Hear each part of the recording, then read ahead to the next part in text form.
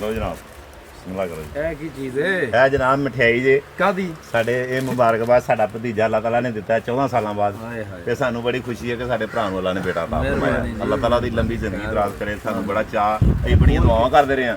ਇਹ ਸਾਡੇ ਭਤੀਜੇ ਵਾਸਤੇ 2 ਸੂਟ ਜੇ ਜਨਾਬ, ਵਾਹ ਜੀ ਵਾਹ। ਬੋਲ ਕੇ ਵਿਖਾਓ ਨਾ ਸਾਨੂੰ।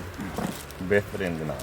ਅਸੀਂ ਇਹ ਜਨਾਬ ਵਾਹ ਜੀ ਵਾਹ, ਕੀ ਬਾਤ ਹੈ, ਸੁਭਾਨ ਅੱਲਾਹ, ਮਾਸ਼ਾਅੱਲਾ ਮਾਸ਼ਾਅੱਲਾ। ਇਹ ਰਹਿ ਗਏ ਇਹ ਵੀ ਗਰਮੀਆਂ ਵਾਲੇ ਨੇ। ਹਾਂਜੀ ਜਨਾਬ। ਵਾਹ ਅਸੀਂ ਜੋ ਚੱਲਦਾ ਇਹ ਜਨਾਬ ਸਾਡੇ ਵਾਸਤੇ, ਉਹਨਾਂ ਸਾਡੇ ਭਤੀਜੇ ਵਾਸਤੇ ਜਨਾਬ ਇਹ ਵਾਹ ਬਾਈ ਵਾਹ। ਇਹਨੂੰ ਦੇਣਾ ਜੀ। ਇਹ ਨਜ਼ਰਾਨਾ ਇਹ ਤਾਂ ਮੇਰਾ ਹੋ ਗਿਆ ਨਾ। ਨਹੀਂ ਨਹੀਂ ਇਹ ਉਹਨੇ ਦੇਣਾ। ਤੇਰਾ ਸਾਡਾ ਪੁਰਾਣਾ ਚੱਲਦਾ ਪਿਆ, ਪੁਰਾਣਾ ਪਿੰਡ ਆ, ਇਹ ਅੱਜ ਦੇ ਤੁਰੇ ਆ। ਇਹ ਤੇ ਜਨਾਬ ਸਾਨੂੰ ਖੁਸ਼ੀ ਹੈ ਜਿਨ੍ਹਾਂ ਵਾਸਤੇ ਉਹਨਾਂ ਲਈ ਆ। ਠੀਕ ਹੋ ਗਿਆ। ਸਾਨੂੰ ਚਾਹ ਚ ਯਾਰ ਇਸ ਵਾਸਤੇ ਜਨਾਬ ਸਾਨੂੰ ਖੁਸ਼ੀ ਹੋਈ ਹੈ। ਉਹ ਜੀ ਛਾਪਰਾਂ ਦੇ ਛਾਪਰ ਤੋਹਫੇ ਆ ਰਹੇ ਨੇ।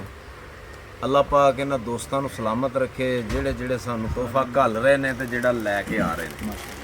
ਤੇ ਭਾਈ ਰਫਾਕਤ ਸਾਹਿਬ ਸਾਡੇ ਨਾਲ ਮੌਜੂਦ ਨੇ ਨਾਰੋਵਾਲ ਤੋਂ। ਇਹਨਾਂ ਦਾ ਚੈਨਲ ਵੀ ਹੈ ਹਾਜੀ ਰਫਾਕਤ ਫੂਡ, ਇਹਨਾਂ ਦਾ ਚੈਨਲ ਹੈ। ਤੇ ਉਹ ਜਿਹਨੂੰ ਕਿਸੇ ਨੂੰ ਅੱਛੇ ਖਾਣੇ ਪਕਾਉਣ ਦੀ ਜਾਚ ਜਿਹਨੇ ਸਿੱਖਣੀ ਹੈ, ਉਹ ਰੈਸਿਪੀਆਂ ਸੋਹਣੀ ਰੈਸਿਪੀਜ਼ ਜਿਹਨੇ ਸਿੱਖਣੀ ਹੈ, ਉਹ ਇਹਨਾਂ ਦੀ ਹਾਜੀ ਸਾਹਿਬ ਦਾ ਚੈਨਲ ਸਬਸਕ੍ਰਾਈਬ ਕਰੋ ਔਰ ਉਹਦੇ ਤੇ ਵੇਖੋ। ਤੇ ਹਾਜੀ ਸਾਹਿਬ ਪੁੱਤਰ ਦੀ ਖੁਸ਼ੀ ਦੇ ਵਿੱਚ ਫਿਰ ਤੁਸੀਂ ਮੇਰੇ ਲਈ ਤੋਹਫਾ ਲੈ ਕੇ ਆਏ ਹੋ, ਤੇ ਫਿਰ ਪੁੱਤਰਾਂ ਵਾਲਾ ਸ਼ੇਰ ਹੋਣਾ ਚਾਹੀਦਾ। ਹਾਂਜੀ ਬਿਲਕੁਲ। ਖੁਸ਼ੀ ਬਾਜ ਨਾ ਲਬਾਂ ਤੇ ਆਉਣ ਹਾਸੇ, ਤੇ ਦੁੱਖਾਂ ਬਾਜ ਨਹੀਂ ਰੋਵਣੇ ਰੋਏ ਜਾਂਦੇ,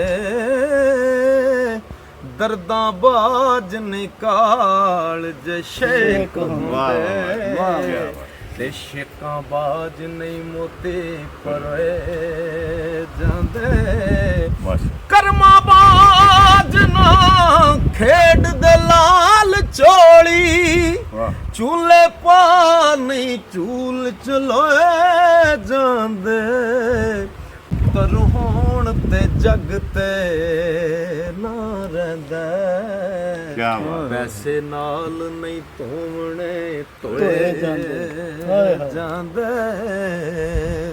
ਲਓ ਜੀ, ਅੱਲਾਹ ਪਾਕ ਨੇ ਮੈਨੂੰ 14 ਸਾਲ ਬਾਅਦ ਇਹ ਪੁੱਤਰ ਨਸੀਬ ਕੀਤਾ ਹੈ। ਮੇਰੀ ਦੁਆ ਹੈ ਕਿ ਅੱਲਾਹ ਪਾਕ ਹਰ ਇੱਕ ਨੂੰ ਇਹ ਮਿੱਠਾ ਮੇਵਾ ਨਸੀਬ ਕਰੇ, ਤੇ ਪੁੱਤਰ ਮਿੱਠੜੇ ਮੇਵੇ ਰੱਬ ਸਭ ਨੂੰ ਦੇ।